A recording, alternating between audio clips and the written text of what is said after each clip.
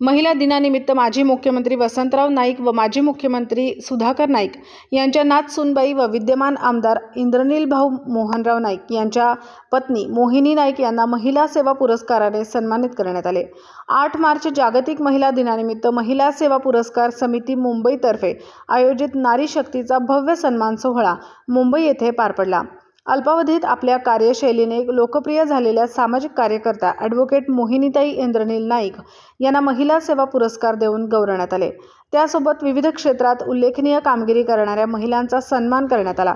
त्यामध्ये सौ जयश्री जयराम पवार व सौ विजया श्रीराम पवार बंजारा संस्कृती जतन, सौ जयश्री राठोड नागपूर समाजसेवा, ॲडव्होकेट सपना जाधव विधी क्षेत्र, सौ गौरी विनय राठोड आरोग्य क्षेत्र, मेनका राठोड उद्योजिका, सौ वैशाली जाधव समाजसेवा, कुमारी सीमा आडे पत्रकारिता, कविता चव्हाण सोलापूर आरोग्य क्षेत्र यांच्यासह अनेक महिलांचा सन्मान करण्यात आला।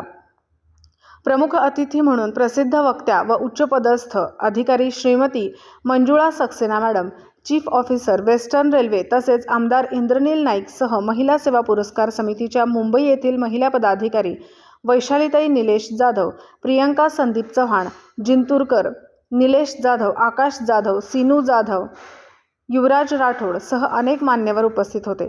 प्रभावी सूत्रसंचलन संदीप चव्हाण जिंतूरकर मंत्रालय मुंबई यांनी केले। प्रतिनिधी जगदीश राठोड मुंबई।